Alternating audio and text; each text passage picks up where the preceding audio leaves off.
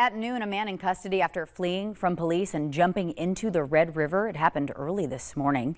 The Grand Forks Police Department says they were called to 400 Demers Avenue just after 2 a.m. for a report of a potential domestic disturbance. Officers say when they arrived, John Pribula had fled across the Sorley Bridge into East Grand Forks. When East Grand Forks police arrived there, they told Pribula to stop, but he proceeded to then jump into the Red River. He was eventually located by the unmanned aircraft team and was taken into custody by police. He's now being held in the Northwest Regional Corrections Center on charges of fleeing a police officer.